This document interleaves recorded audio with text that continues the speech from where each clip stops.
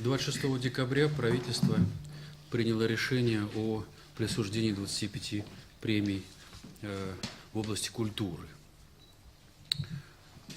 Одна из самых авторитетных премий, как мне кажется, в России. Сейчас, оглядываясь назад, думаю, что мы недостаточно пиарили, если можно употребить такое слово, лауреатов предыдущих годов. Замечательные есть книги, спектакли, фильмы, другие проекты, которые, даже получив премию, оставались малоизвестными для россиян, для общественного мнения за рубежом. Всего премий 25, из них 15 – это общие премии по культуре и искусству, 5 премий за творчество для детей и юношества, и 5 премий специально за заслуги в литературе и поэзии. Они были установлены в прошлом году, после того, как Владимир Владимирович встретился с писателями и по их просьбе, значит, дополнительно ввел еще 5 премий. Я их буду представлять в порядке очередности в решении правительства. Иван Леонидович Лубенников, профессор Суриковского института, народный художник, один из видных художников, монументалистов и просто художников России. Премия, и я хотел бы надеяться на это, открыла для россиян художника, который был малоизвестен, но, на наш взгляд, он является блестящим, многоплановым и недооцененным в нашей культуре. Это Шавкат Абдусаламов. Может быть, вы помните его работы. Он выступает и как художник, и, кроме того, как художник кино и художник театра. Наверняка вы помните фильм «Агония». Он был художником этого фильма вместе с Лемом Климовым. С Тарковским он делал фильм «Сталкер», с Хамраевым картина «Триптих» и «Телохранитель». Шавкат Абдусаламов оформлял знаменитый спектакль «Восхождение на Фудзияму» в театре «Современник». Как писатель он написал очень интересную книгу «Единорог» и сам ее оформил. Она была номинирована на Букер, но, к сожалению, не получила. Живопись Шавката – это синтез эффектов кинематографии, анимации и собственной живописи, которые соединяют в себе и какое-то влияние и исламской культуры, и христианской культуры. А его картины находится в лучших музеях мира, в том числе у нас в Третьяковке. Живет художник в Москве, очень скромно, и я думаю, что из-за своей личной скромности он до сих пор мало кому известен, а присуждение премии Шавкату, на мой взгляд, не только заслуженное, но и дает возможность художественной общественности еще раз переосмыслить и убедиться в том, что рядом с нами живут удивительно талантливые люди, которых мы порой недооцениваем и не знаем. Премию получил Государственный казачий ансамбль «Ставрополье». Ансамбль не такой уж старый, создан в 1981 году. Мы привыкли к другим казачьим ансамблям из других регионов и городов, а тут относительно новый коллектив, но блестящий, выступающий, и уровень, конечно, танца и песни очень высокий. Премия присуждена Галине Павловне Вишневской за создание уникального центра оперного пения, который воспитывает молодых певцов. Выпускники Галины Павловны сегодня уже, а студия оперного пения выпустила уже много выпусков. Ее выпускники работают в лучших театрах Москвы, Санкт-Петербурга. Премию правительства получил Иосиф Давыдович Кобзон за исполнение концертной программы «Письма с фронта». Причем это не просто набор, так сказать, песен с традиционным репертуаром Иосифа Давыдовича, а это концертная программа, в которой сделан исторический срез советской песни, причем в основе его лежит изучение писем с фронта, в которых упоминаются те или иные песни.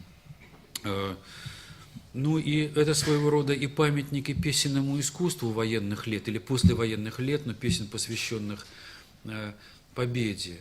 Ну и в какой-то степени художественный памятник победителям. Я хотел бы отметить государственную фольклорную группу, ансамбль песни и танца «Начхо» за его концертную программу «Голос родника». И автора этой программы и руководителя Музакаева Хадиса Дикалуевича.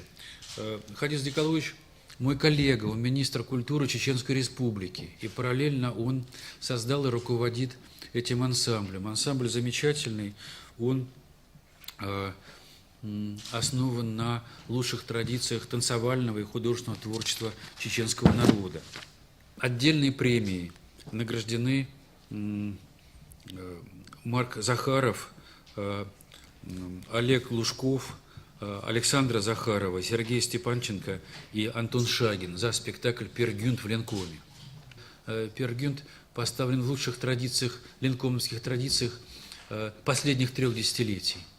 Блестящие вокальные данные, постановка танцев, артистические данные и исполнение. Все это делает спектакль очень хорошим. Хочу отметить награждение премии Алексея Владимировича Бородина за художественного руководителя Российского академического молодежного театра за его спектакль «Берег утопии».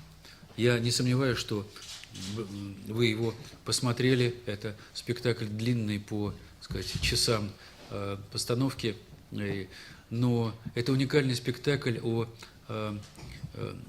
политической, нравственной, такой морально-этической атмосфере ситуации жизни XIX века. У нас впервые получают премию те, кто посвящает всю свою жизнь книге, книгоизданию, истории книги, искусству книгоиздания. Это авторский коллектив в составе Алексея Венгерова, Сергея Венгерова, Алексея Невского и Веры Невской. Они составители сборников,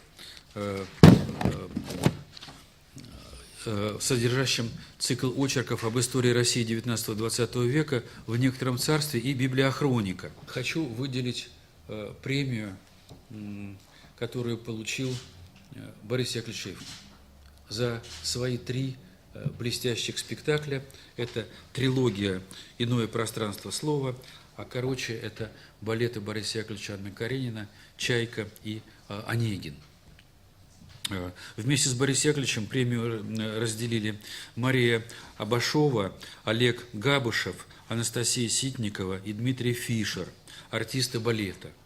Награждены деятели культуры из Удмуртии: Владимир Владыкин, Владимир Кашаев, Маргарита Иванова, Рафхат Каримов и Наиля Сабина за создание школы ткачества в Удмуртии. Хочу отметить очень интересный культурный институт, получивший премию правительства. Это культурный форум «Диалоги культур» Дагестана.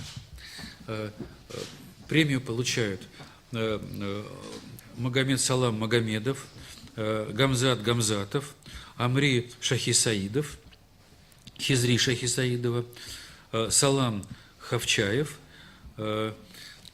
Дагестан – республика, в которой проживает более 40 национальностей, и ни разу не было этнических конфликтов. Удивительный пример не только для нашей многонациональной России, а для всего мира. Там не только разные национальности, но и разные конфессии, разные религии. Ни разу не было этнических конфликтов. Вот этот уникальный опыт Дагестана необходимо изучать, пропагандировать и переносить на другие регионы. И вот этот форум «Диалог культур» как раз и посвящен тому, чтобы через ежегодно проводящиеся здесь дискуссии, презентации, выставки, диспуты, совместные проекты пропагандировать этот замечательный опыт многонационального братства в Республике Дагестан. Премия присуждена Анатолию Степановичу Каргину за Всероссийский конгресс фольклористов. Актуализация фольклора, ремесленных традиций, народных праздников и обрядов в начале 21 века – это объективная реальность и потребность, потому что мы должны усилить вот этот процесс исследования, хранения и популяризации нематериального наследия. С особой гордостью хочу сказать о том, что премия правительства присуждена Валентине Николаевне Холоповой за инновационные научные и педагогические труды по теме «Русская музыкальная ритмика». Я хочу сказать, что это выдающийся труд, просто выдающийся. Всероссийский литературно-фольклорный проект «Шолоховская весна». И за этот проект получили премии Александр Владимирович Ларионов, Александр Михайлович Шолохов. Этот проект осуществляется на базе мемориального дома-музея Михаила Александровича Шолохова. В области литературы получил премию замечательный поэтический сборник, называется «Полюс лютости». Это антология произведений узников сталинских колымских лагерей. Я бы хотел также представить вашему вниманию получивший премию роман Владимира Личутина «Раскол». Роман-трилогия, на мой взгляд, уникальное явление современной литературы. С особым удовольствием хочу сказать о том, что премия присуждена Игорю Волгину. Те, кто читал его последние книги, посвященные биографии Достоевского, наверняка будут согласны с тем, что премия присуждена совершенно справедливо.